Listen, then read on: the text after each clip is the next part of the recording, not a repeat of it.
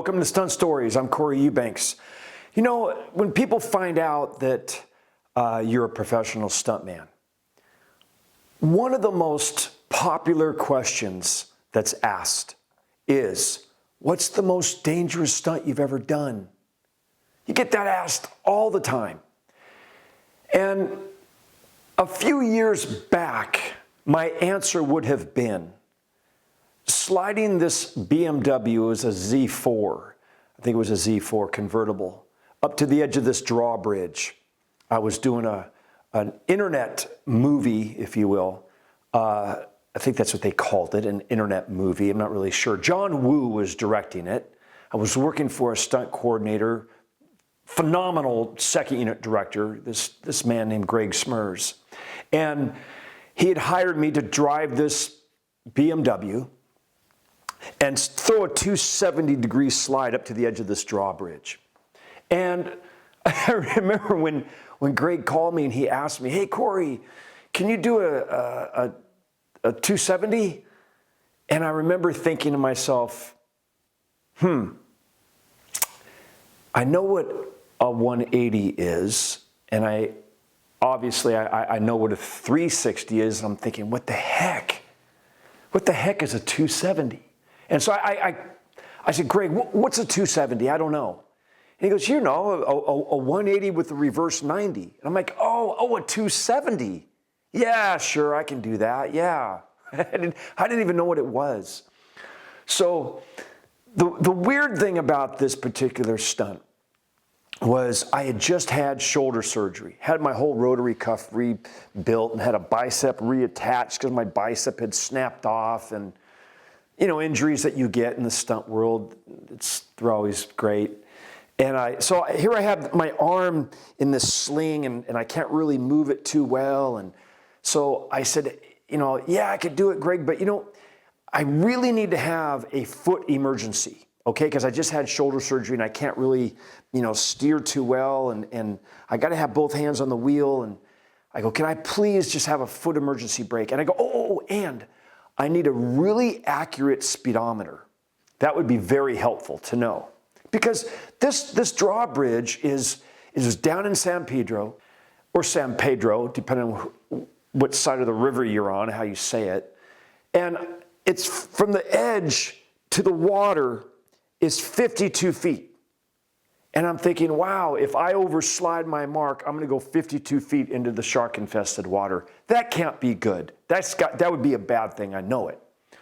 So I told Greg, I said, yeah, if I have a very accurate speedometer and a foot emergency brake, and then I could, you know, figure out how to make this happen and get right to the edge like how you want to have it. Well, I show up, and they'd put an emergency brake system on the left-hand side, but it wasn't a foot pedal. It was a hand. I had to reach down in a very uncomfortable position, like reach down and steer with my bad shoulder and to pull on this emergency brake to lock up the rear tires to slide the vehicle. And the speedometer didn't work because the car was a prototype. It was a fake speedometer, but the tachometer worked. So I remember, I'm like, oh my gosh, you know, thank God I didn't ask for 3 things, because 2 of the things I asked for I didn't get. So I'm like, got to deal with it. That's part of the challenges of our job as a stunt performer too, is sometimes, you know, you get handed these tools that are not the tools exactly that you wanted, and you got to try to make them work somehow. So, and also John Woo, you know, wanting to add stuff to the scene, rather than just coming down and throwing the 270, he wanted me to weave through a couple of cars on the approach. And then they had this balsa wood gate that's going to come down, you know, like a railroad track crossing, like, stop, don't go further because the drawbridge is going up and traffic can't go through. And he wanted me to bust through that all in one shot. And I'm thinking, how do you go up to John Woo and say, hey, John, have you ever heard of editing? You know, you could do that in other pieces. And anyway, so they're like, well, Corey, what do you need to do? And I said, well, here's an idea that would help me a lot. Let's put the drawbridge back down. Let's lower that thing and put it back down where it belongs. Let me get on the opposite side. Let me kind of get a feel for how this car is going to come around and get a sense of what speed I need to go off the tachometer, not the speedometer.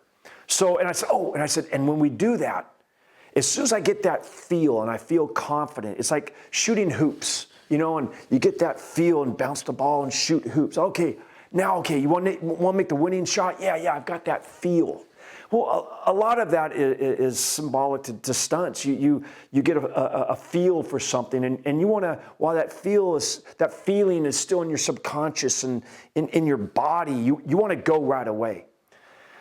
So I went over on the other side and I practiced like 9 times. And I really got a sense of the pillars going by and what speed I was going and the RPMs and how it felt and when to engage the emergency brake. And I said, okay, guys, I'm ready. Can we go now? Can we go now? And they're like, sure, Corey. So I drove to the other side and got back behind all the cars that I had to weave through. And I sat there for like 5 minutes waiting for this drawbridge to go back up. Seemed like forever. I'm like, wait, and it's making this god-awful noise, this buzzer, this alarm thing. Like, you know, this eerie death sound. It's like, I don't want to hear that. I just want to focus on what I have to do. And I'm losing that feeling. I'm like, I'm losing the feeling. And the sun's starting to set too. And they're like, we gotta go. I'm like, well, gotta get the drawbridge up. You know, I'm ready. I was ready, 10 minutes ago. Finally, we get the action call and I'm coming in. And now I remembered, what pillar approximately I hit the emergency brake because it was off to my left. So I'm like, okay, that pillar's there to be this one over here. And I'm coming down and I weave through the cars and I get to where I need to be and I pull the emergency brake and I crank the wheel and I spin it around and it does the 270 and comes to a stop. And I look and I'm like maybe 20 feet from the edge. They're like, cut. And I look over at Greg Smurs and Greg's like this. I'm like, what? He's like, well, Corey, we want you right up to the edge of the drawbridge. I go, I know what you guys want, and I want to have a speedometer that works, and we all have our wants and our needs. I said, Greg, I now got some cheat marks. That was my first attempt. Let me go again. So we go back, take 2. But now coming in, I could see those skid marks. I'm like, okay. And I could judge the distance from how close it was to the edge. I'm like, you know what I'm gonna do? Same speed, but just go a little bit beyond those skid marks from the first take. So I come in, weave through the cars, balsa wood barricade goes down, I bust through the gate, spin the car around, do a 270, come to a stop, and now I'm about a car width from the edge. Much closer. And they're like, oh man, that was really good, Corey. And I even heard some applauding. I'm like, is that it? They're gonna be happy with that?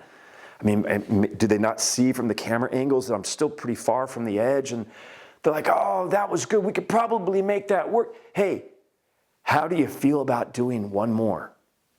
That's like the worst thing you ever want to hear. I'm like, yeah, sure. Because your ego gets involved and you want to really do a good job. And I was feeling kind of confident about it. And they're like, okay, we're about to lose the sun. We've only got one more barricade to bust through. And come on, you got to get it on this one. I'm like, got all pumped up and get back to number 1. I'm like, okay, I see a first section of skid marks. I see the second section of skid marks. I just go, same speed, Corey, just a little bit further. Action, I'm coming in, I'm weaving through the cars. The barricade comes down, I bust through it. But this time, when I'm doing the 180, and it's really weird because at one point your back is to the edge of the drawbridge. You don't see where you're going because it's behind you.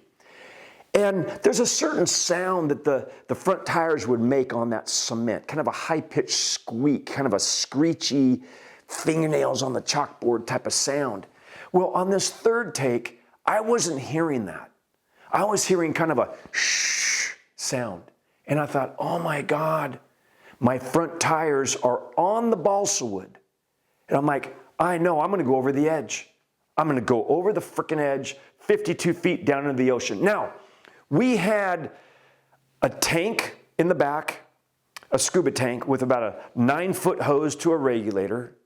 I had a little pony tank beside me that had 3 minutes of air, and I had a grab strap. The game plan was, if God forbid I go over the edge, I'm gonna pull myself down into the seat, grab my grab strap, and if I hit the water and survive, I'm gonna have my pony tank, and I also have, if I get stuck in the vehicle upside down, I've got a huge tank in the trunk of the car, and I had like 3 or 4 safety Navy SEALs down in the water in these little dinghy rafts to come rescue me.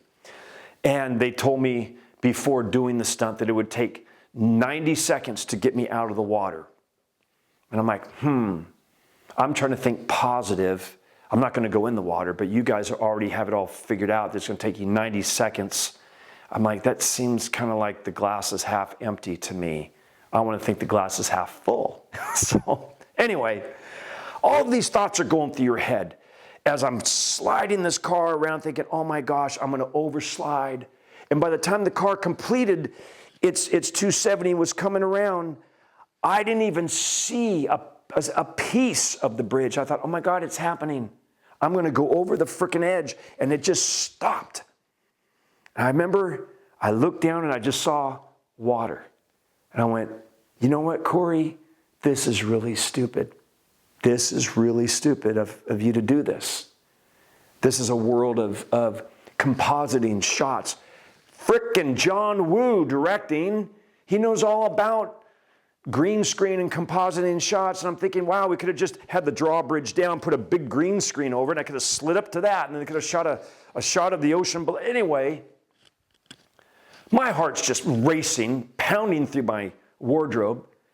But I heard over by Video Village applauding. I heard, yeah, and that's what you want to hear. You want to hear they're happy. And they're like, yeah. And I got out and I turned off the engine. I thought, you know what? For no amount of money will I ever do that again. That was just stupid. And that used to be the story that I would tell as the most dangerous stunt that I've ever done. Until I flipped over a 42,000-pound prison bus on the movie Fast 5 at 60 miles per hour. Check this out.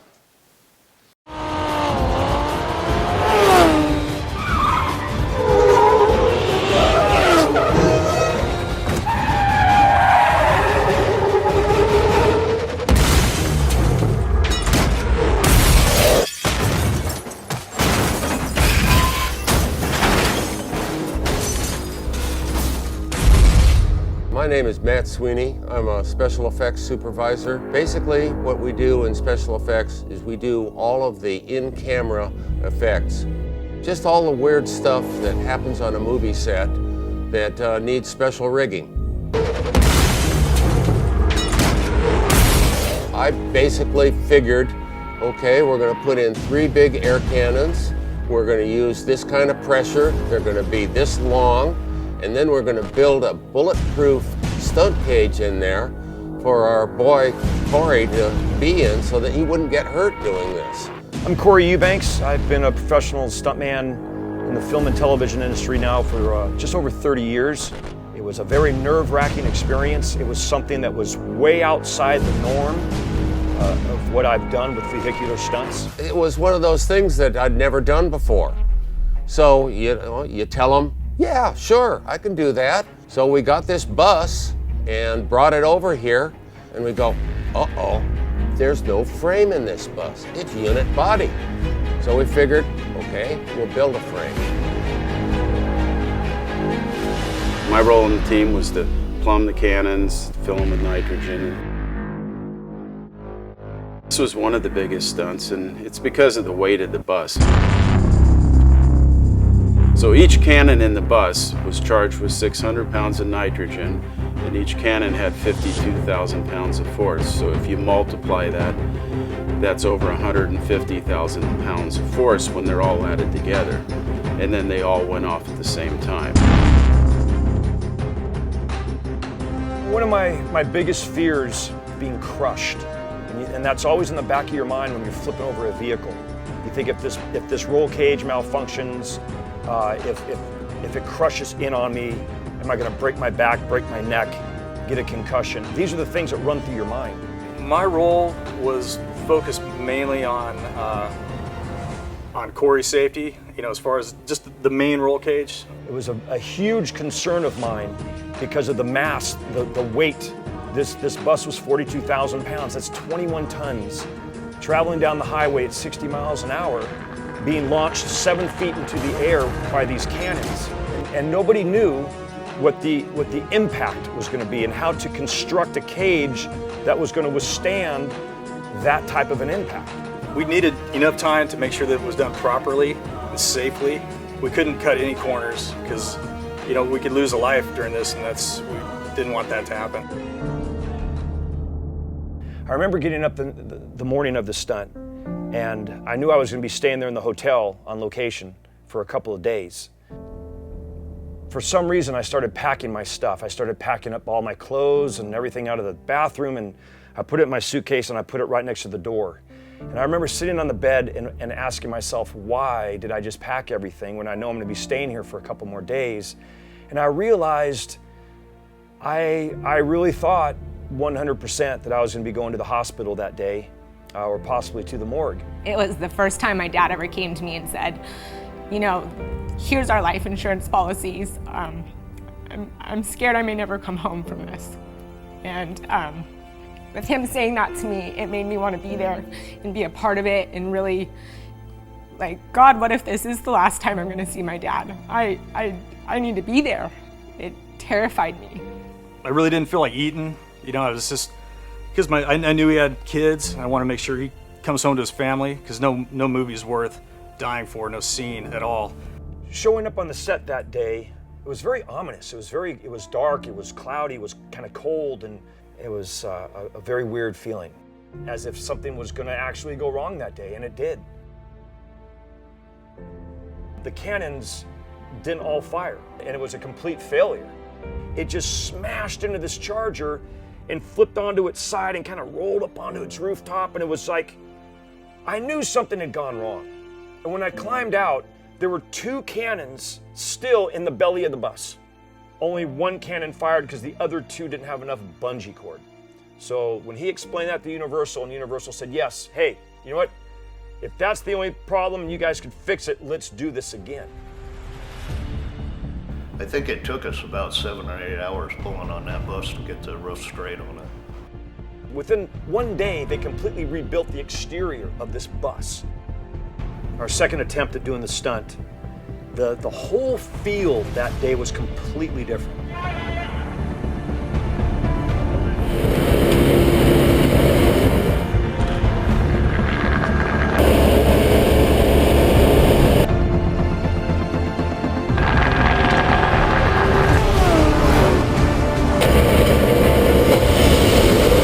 As the bus started to spin, I could hear the crushing of the bus around me and my surroundings getting tighter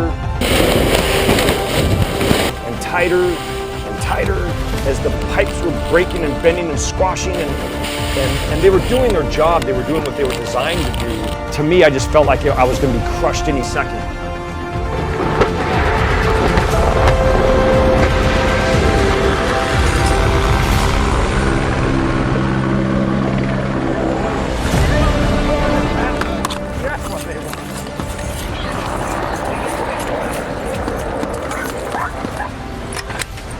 And I just remember that feeling of this, I did it. We did it. All of us did this together. We all accomplished something really great. It's a beautiful thrill that's in their soul and makes them so alive. And to hit my lap belt and to climb out of there safe, not injured in any way, shape, or form, it was just the best experience in my entire career. We absolutely knew that in the end we would get this stunt. So it was a real team effort.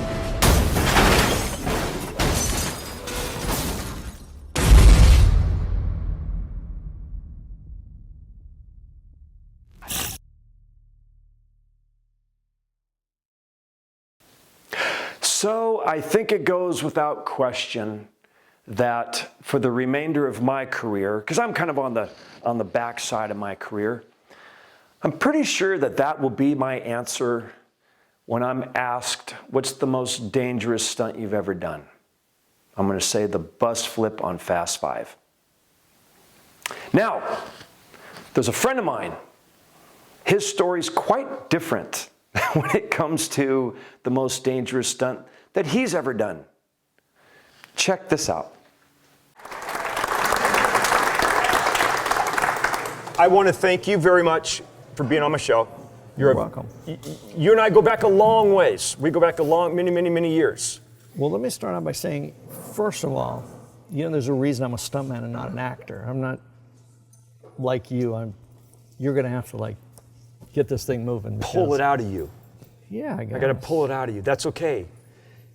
You and I, every once in a while, Eddie will send me a picture on Facebook from he and I way back.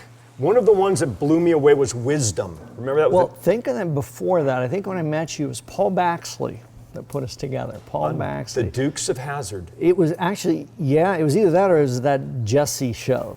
It was like 1980 or 81. With Lindsay Wagner. Lindsay Wagner. So we're freaking old. Let's see, that was 82. It's a long time ago. 82, so how old were we, 19, 20? Yes, and then we worked on many episodes of Fall Guy together. Somehow you aged, I kind of stayed, but you aged a little. I have no comeback for that. Duh. Yeah. No, it's been a long time. Just driving up here, this area, you remember we used to film up here, it was all fields on the Fall Guy. Yes. Oh my gosh. And they built it all up now. So it has been a long time, Corey. It has been a long time. I remember on Fall Guy, you were doing a pipe ramp in a park through some trees onto the grass. And this vehicle got so incredibly high off this pipe ramp. And we're like, this is not going to be good. And you darted into the ground and it tumbled over and flip-flopped. And do you recall the one I'm talking about? And it kind of got you in the waist. Oh, yes, I do remember that. Remember that? Yes, because you made fun of me later. Well, that's what friends do. We make fun of each other. And then Gary Baxley had you crawl out of the wreckage afterwards, the show that the driver survived this horrific wreck. And he had you climb out 5 or 6 times in excruciating pain. And I thought, this man is incredibly tough. This man's... No, I'm just really stupid, I guess. Most of the people at this day and age, I'd say bye. Now, you have had a very long, successful career and also a relationship with an actor that has been very loyal to you and a good friend. And you guys have been partners for a long time, named Charlie Sheen. Does that sound familiar? Are you really going to go there? Yeah, oh God. You and Charlie, I have to applaud that because few actors will say, hey, no, this is my stunt double. This guy's got to be my stunt double on this film. And I just think that was my hat's off to Charlie for what he did, being loyal to you as his stunt double. Well, he's always had a soft spot for stunt people. As I recall, he bought your steering wheel because it supported the Tourist Foundation. He paid 10 grand for your steering wheel. $10,000 he wrote a check to the Tourist Foundation. Yes, he did. Because he wanted to. But you pretty much leapfrogged that whole thing. Well, yeah, once I told him that it was... No, you made a bid. You put in a bid for $3,000. That was just to kind of to get it going. Yes. So thank you to you, Eddie, because had you not done that, and then when you showed Charlie's like, tell Corey I'll give him $10,000. Well, he likes you too. He says, I want to get Corey's steering wheel. He still has it. It's in the kitchen or something. Technically, the steering wheel belongs to Universal, I think. So I sold you something that doesn't really belong to me. And of course, it's just fitting Charlie Sheen would end up with it. So exactly. It's like in his pantry or something right now. It's perfect. So I have to ask you, I ask so many of my guests, We all have that one stunt that we've done that we thought was the most spectacular or the most dangerous, that one that you think this might be the one that, what are those, a lot of cliche terms, that you're gonna buy the farm, or this kicking the bucket thing, whatever that means, I have no idea. What was that one stunt that you think in your career that you thought this might be it, this might be that moment that it's not gonna go good? Well, let's start the fact that first I'm a wimp, so everything scares me, and I'm terrified of heights. So anytime I've dealt with heights, it scared the crap out of me. You're terrified of heights? Yes. It's true. Scared to death of heights. I have to deal with them, but I'm scared to death of them. Could you then explain to me why you would put on this helmet right here and sail the Evel Knievel rocket to an elevation of, what was it, 3,000 feet? Yeah, pretty much. That's pretty high for a guy who's scared of heights. What were you thinking? Apparently I wasn't. I didn't like it. And the worst part of the whole deal was coming face down and, landing face down, so watching the ground. Tell me the story behind this helmet. Well, there's a lot of helmets here, but I think this one's pretty unique in it, with the story behind it. Well, the whole reason I got involved in the thing from the first place, as you know, we're kind of winding our careers down. At least I am. You may not, but I'm a little old to be getting beat up constantly. The whole reason I became a stuntman is because at a very young age, I don't know, I was 9 or 10 years old, I met Evel Knievel. Met him in Gardena. He was doing a thing at Ascot Park, and there's crowds of people. Here's a guy that wore a cape and a cane, and dude was a superhero. And I got to meet him. Was he nice?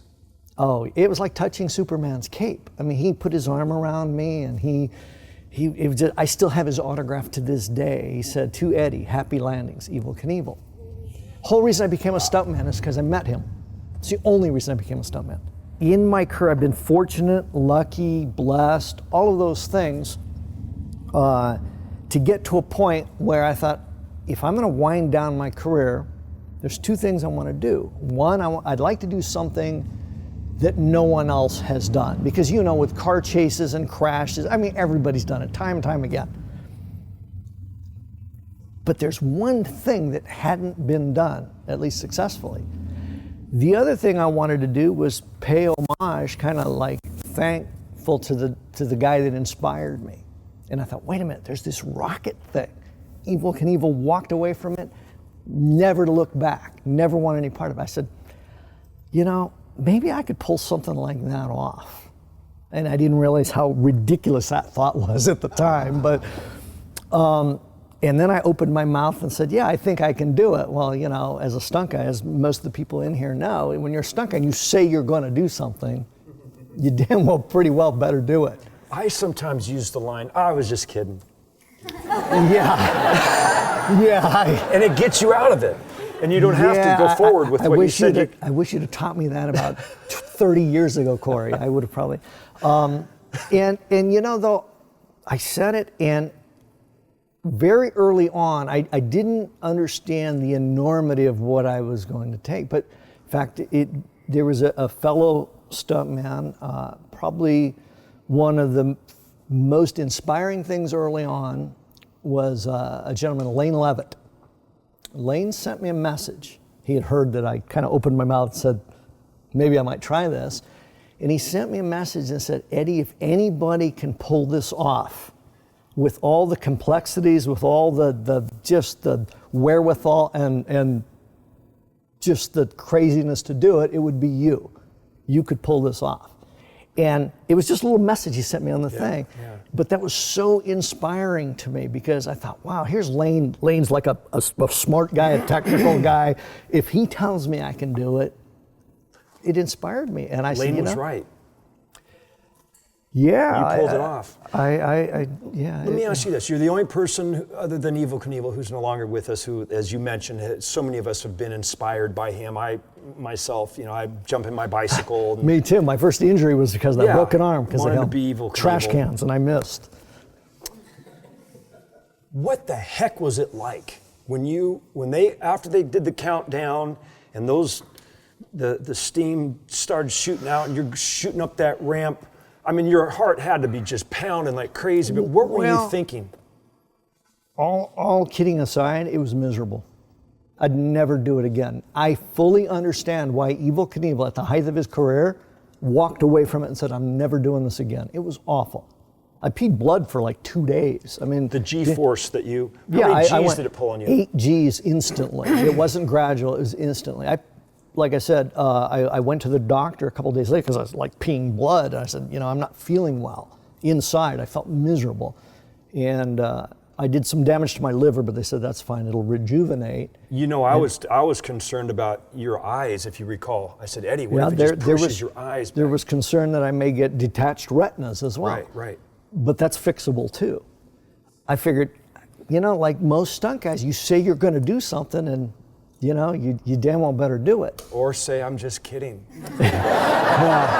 Just a mental note. I will say one thing that was great. Well, the guys that were there, before I climbed in the rocket, I gathered, I had, jet boat, Billy Hammond. He was one of the guys that he stuck with me the whole time. But I said, guys, Billy got me. I said, Billy, you got to do me. On the morning of, I want you to get a bottle of tequila and some shot glasses. Not plastic, but real good shot glasses.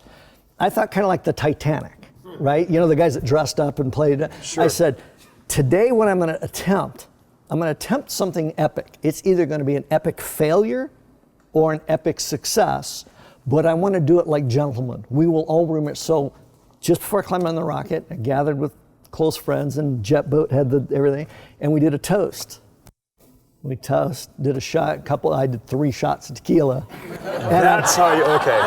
And so you were drunk. Yeah, exactly. No, but I knew it was going to be epically, at least in my life, it was going to be an epic success or an epic failure. But I wanted to at least go out like, I was hoping I was making, as stunt people, we do things that the world sees.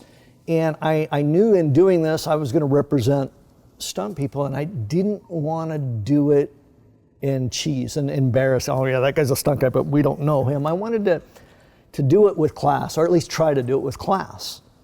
And like I said, it was going to be epic, either an epic success or an epic failure, but I wanted to do it like that. So I applaud you for that. I mean, what you did, you fulfilled a childhood dream that yours and mine both, our superhero could not accomplish. It's not that he could not accomplish. Or didn't. He tried. He just didn't finish it.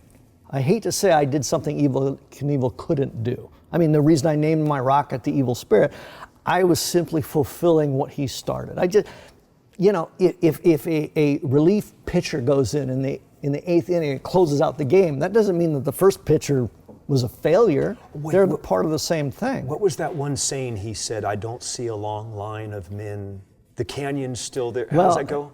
It was, and that hit home when I was at Sundance with the Knievel family, because they had this great movie, it's called Being Evil, and I watched it several times. Anyways, I went to Sundance, and they premiered it, I was there with the Knievels. And at the end of the movie, Evil's own voice, he says, I don't see a long, in 42 years, no one else has tried that.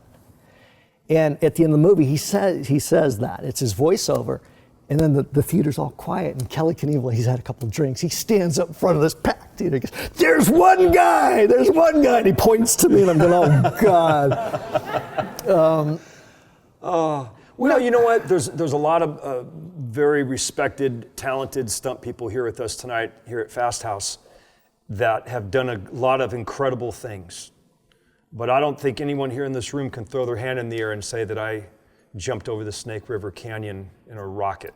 They're probably a lot smarter. I mean, at the end of the day, and I've always said, I'm not the most talented. There's super talented stunt people, especially this day and age. I'm not the best driver. I'm not the best all that, but I will put my heart and soul into something, whatever that stunt is. And so I pretty much put everything I had into this rocket. So I hate to ask you this, because how do you top that? But what's next? What do you do? What's this Coppola thing I've heard about? Well, first of all, I'm not out to top anything. It's not something, it's not in my DNA to try and do something bigger, better, whatever. But in this whole, I call it an adventure, one of the people early on, some friends that embraced it was Roman Coppola and his father, Francis Ford. They've always, embraced things of passion. And Francis had said to me, he says, you're passionate about what you're doing. And Roman said, you're really passionate about this whole rocket thing.